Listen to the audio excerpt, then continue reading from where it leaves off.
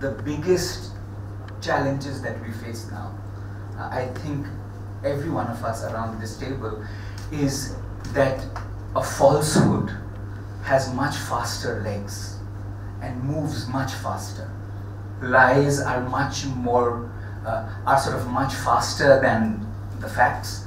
And just there is so much of lying and falsehood in the public discourse. And I think a reason for this, of course, is social media. And I think the line, which in a way is very good, Mukund is very right. Now, we are no longer the journalists. Everybody in this room is one. Everybody outside of this room with a phone thinks that he or she is a journalist. So I think the real definition of the term, a journalist, which we were taught in school, was to check and double check a fact, to get the other side, to be fair, to be accurate, to show your story to somebody who is a detached observer and plays the editor and then says that this is wrong, go back and fill these holes. That was what we thought was a journalist, and now it is, I believe in something, I have a point of view, I am very articulate, and I can speak and I can post something, so I'm a journalist. And I think we have to live with it. There are wonderful strengths with that. I think that there's a lot more good stuff that you see on social media, very interesting viewpoints. But I think we are being ruled now, dominated by the view, rather than by the story. And I think that is one area which we as journalists need to reclaim. Let the views be, let everybody has a view. And everybody with a social media account and a good phone has a lovely photograph as well. But I think where we are, like, if you see the Donald Trump campaign, his campaign, where were the defining investigative stories? The story that made the most noise was a tape from 8 or 10 years ago of a conversation. So I think a lot of noise. So one was, I think, the biggest challenge that we face is to reclaim journalism. In a way, go back to what it was. It doesn't sound very sexy, but going back to reporting, going back to finding out where the story is, which means to listen to people we disagree with, spend more time with people and with events and with circumstances which are beyond our comfort zone. We all tend to go to where we find people who will agree with us. So I think that's the first thing. The second, is that we have in India, and I'm sure in every free country, as Mukund said, a few TV bites. We have big stars on television who have perfected this art of no story but just views. And they are so dominating at night, and every country has that, and they are wittingly and sometimes with no wit, they are changing the rules of journalism. They are making governments feel that journalism is when I praise you. That we have a TV anchor in a mainstream channel who went live who live on air said journalists should be arrested, should be put on trial. And I think we were talking about it last night. Development and nationalism are the two big WMDs, weapons of mass destruction against the media. Because anything you do can be challenged as you are standing in the way of development or of national security. And we have to live with it because we live in a time of terror, of development. We we need ports, we need schools, we need hospitals, we need roads. So it is going to be tough, as Mokun said, as you said, that we have to realize that we can't whine about it. We are entering a stage where almost every odd is stacked against what journalism should be doing. And I think the only answer is to do it in a way that we were all taught to do it. So it's not very, it's not a very smart thing to say, but just doing our job. And I think reveling in the luxury that some of us still have of getting a paycheck from a newsroom. The fact that there are 100 reporters and subs who come into office every day, and we all talk and we argue and we go out to do stories, that we can still do that and be paid, is I think a luxury, and we should use it to just do what our remit is. Thank you. I think that we lost track, we lost our connectivity with the readers. We need to win their trust again. But we cannot do it in the same way we were doing it before. We need to be serious, as we used to be. But we need to have a better exchange. I mean, we don't need to lose our values, our core values, but we need to show them that we have, that they can access us and we can access them.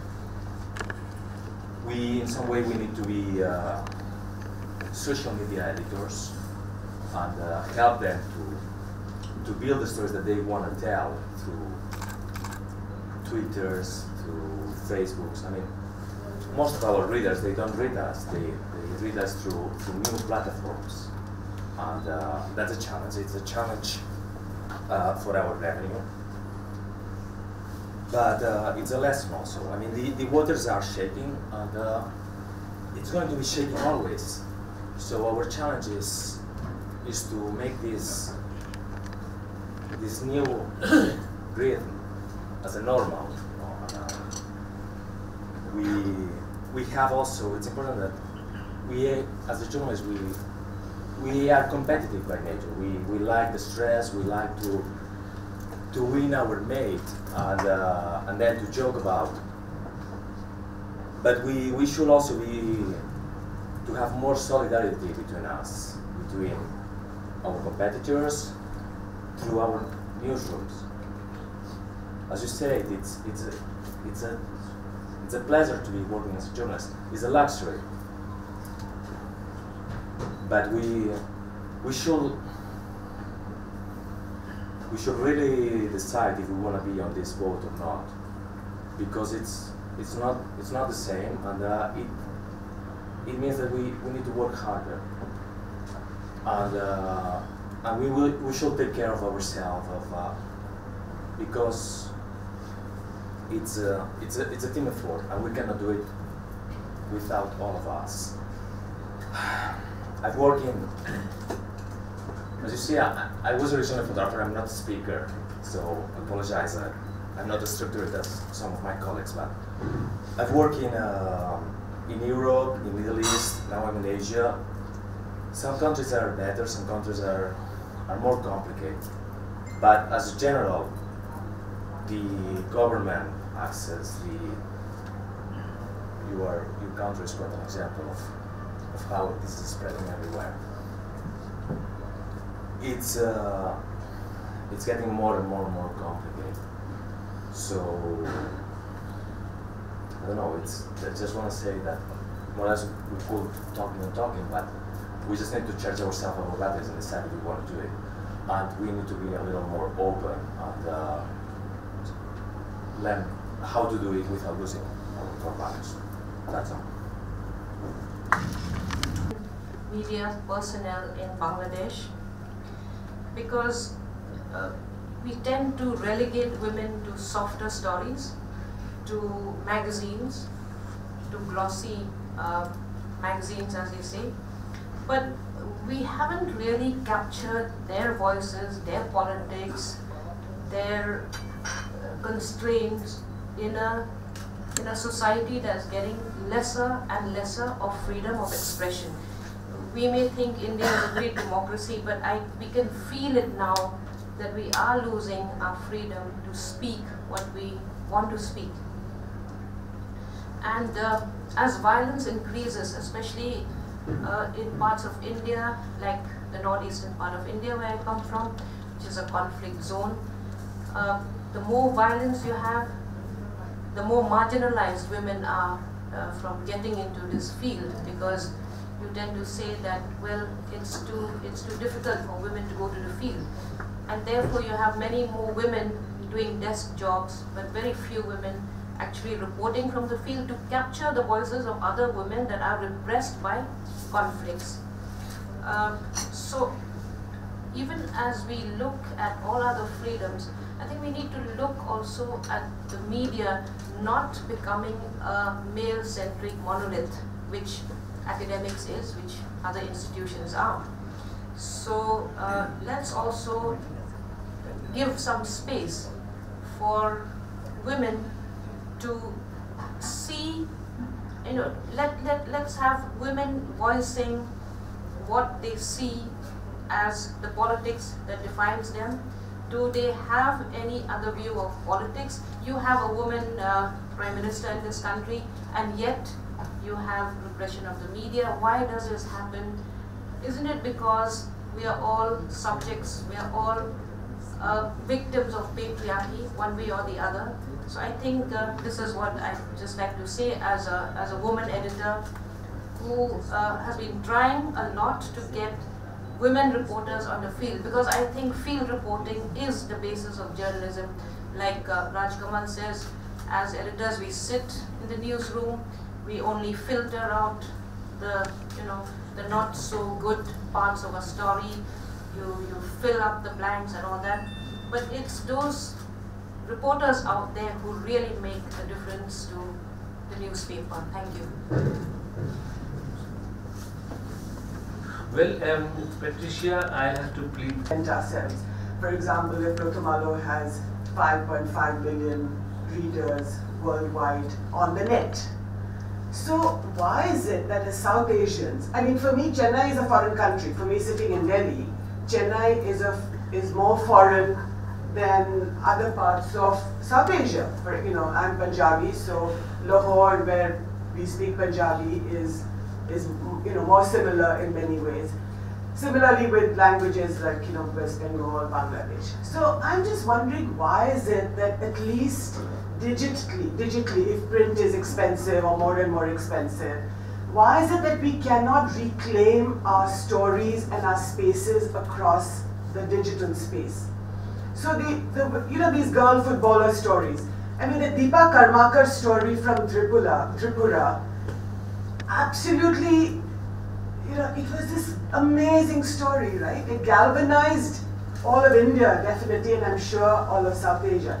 So if you would have these beautiful stories like this Kali Sundar story, I hope I got the name right, of the village. But if you had these stories, I mean, that's just one lovely story.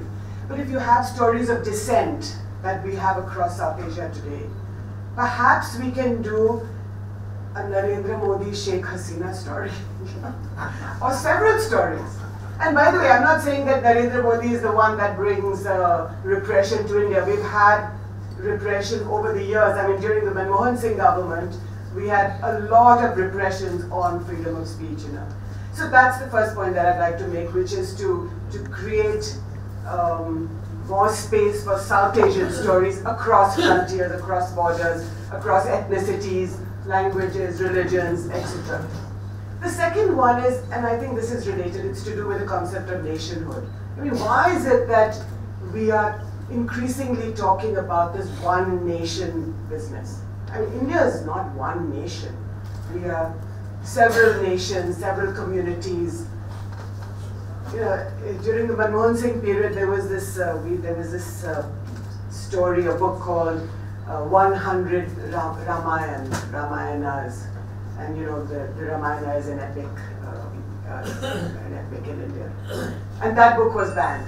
And this is This is during the Manmohan Singh government. It was not. It's not more recent. So this whole thing of trying to limit or circumscribe the parameters of nationhood, and I think that's something that if we tell these stories across frontiers and across borders, then I think we would push these frontiers and make them larger. Thank you. We are not very more evolved, perhaps. I would like to say a few things as a humble assistant editor with so many editors around me. There are many kinds of unfreedom, and many of them are within the organization. Diversity, as Patricia was saying, we have fewer women. It's very true. And there is a remarkable reluctance to appointing women out of the offices in the districts. I was chief reporter of the district for some time, and I really, the few I had hired, they were fired as soon as I moved out of that department. There is a, and actually, you know, in India, there are entire districts without a single professional full-time woman reporter. I don't know about the situation in Bangladesh. In Pakistan, I know that this is also true.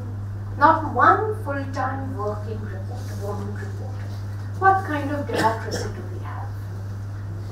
How many Muslims, how many Dalits, that is to say the low caste, how many tribes do we have in our newsrooms? We have none. And yet we talk about the importance of diversity. The people are not hired. I can see that. I also wish to make another point.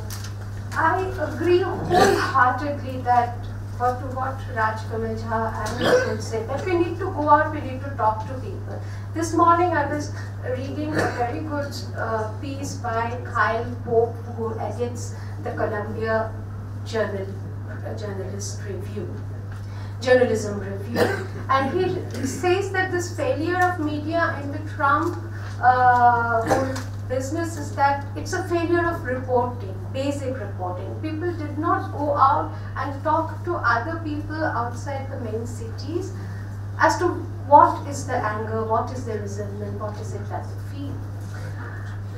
And strangely, you know, something came back to me from 75 years ago, what had happened. It was the Great Bengal Famine.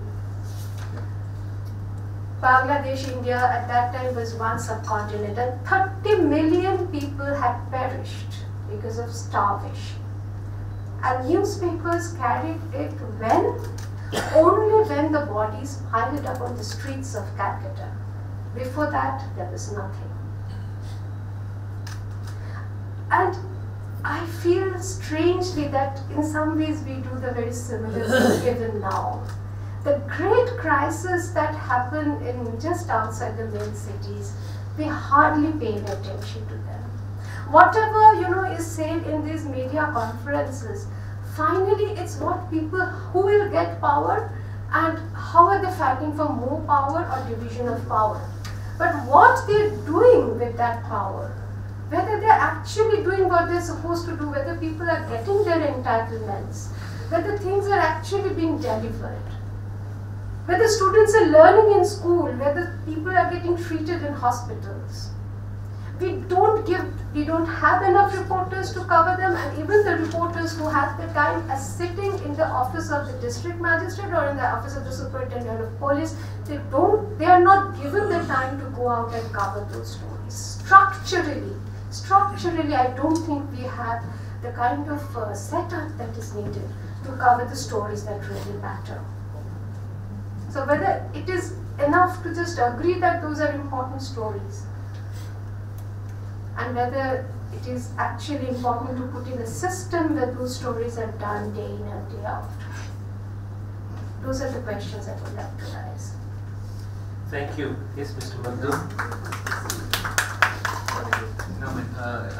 It is no secret that any government in the world, they like of South Asia. Okay, we do a lot of programs South Asia. But if you look at international press freedom index, any country in South Asia is like way beyond hundreds, maybe Barbara can correct me if they are like anything less than 100. So we are in a very situation where we have press freedom, at the same time we don't have it actually. So I think international community should focus on South Asia, where we could really do works to keep this press freedom and freedom of expression high. So that is one appeal for the international community. Second thing is, like, we also see that a lot of these issues, etc., they emanate from social media.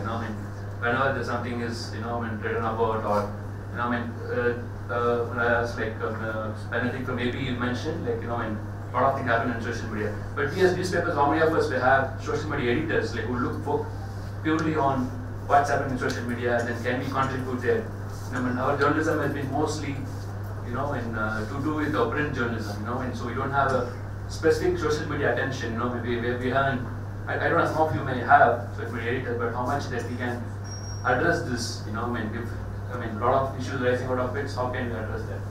So there's one is for international community, the other one is for us to think, how much we are getting more focused on, and getting your views across in social media. Thank you. Thank you. May I request our friend from Slovakia? We are not happy about it. Actually, maybe 2/3 of the newsroom left and found its own newspaper. We stayed because we said to ourselves that they are in a minority, and till we are working well, and they have no way to influence us. That proved true. But the thing is, minority is minority when a newspaper balance sheet is, when the newspaper is income is higher than losses. If we are not in loss, so we can be all newspapers can be free only when it's not losing money, and so I think the next challenge will be how to make people want to pay for good journalism, and in the future, how to make them want to pay, because not force them. We can force them, of course, for the journalism on the internet, and we should find ways how to provide a quality journalism with a reader in mind. Because, for example, I can find a topic that I can say it will be a great thing, and I can do my best, but then it comes to paper and no one wants it. That's not how it can work for a longer time. I think a big part of freedom of journalism will be freedom from our owners, so we can work really independently. So we have to find some new ways of income. Thank you. Can I request now Mr. Kari Hutta? Our journalism in Finland is so much better than yours. It means that the government interferes with our work so much less. Just to clarify what it measures.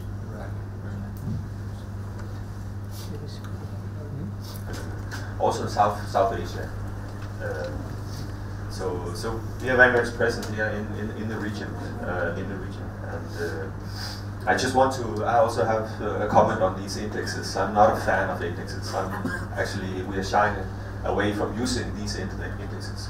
We feel that they are not really telling the true story. It's difficult to put the world into small boxes and indexes, and things are less black and white than they sort of illustrate these indexes. My country is up there in the top, just after Finland, I think, and definitely we have our issues.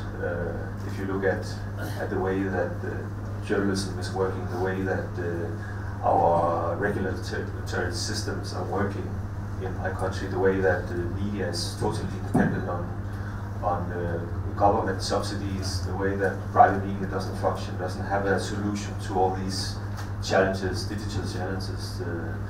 So it's, we may have press freedom, but we really have a media crisis in in Denmark, in Scandinavian countries, in other European countries also. So yeah, just to say that I'm a media consumer. I'm also a journalist by background, but now I'm a media professional working to support processes, not only in what some people label developing countries, but we're also very much focusing on these problems that we're seeing in the United States and in Europe around lack of independent, truthful journalism and balanced journalism. And I think my contribution now would be to look a little bit on some of these global trends that we're seeing. The world is very different now than it was 10 years ago, and it's not because of recent US elections or Brexit or what we've seen recently, but it happened a long time ago. The shift. We have a world now with a space for journalism, and is narrowing, and also some label it also a post-factual world where lies are being accepted, and even if you challenge those lies, they still are out there, and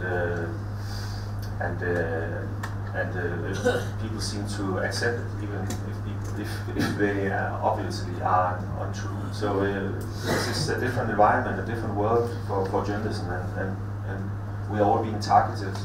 I was just reading the most recent report from UNESCO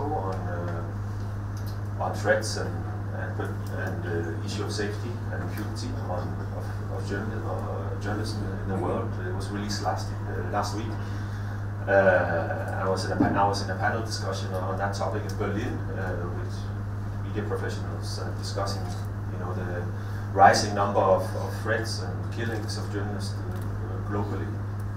So, just the last 8-10 years, close to 1,000 journalists have been killed worldwide, and we have these different types of threats and intimidations and things causing self-censorship, and you see some of these same trends here in Bangladesh.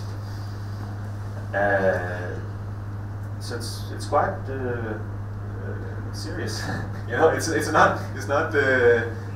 It's serious business. It's a life and death. Issue to be doing what we all want to do.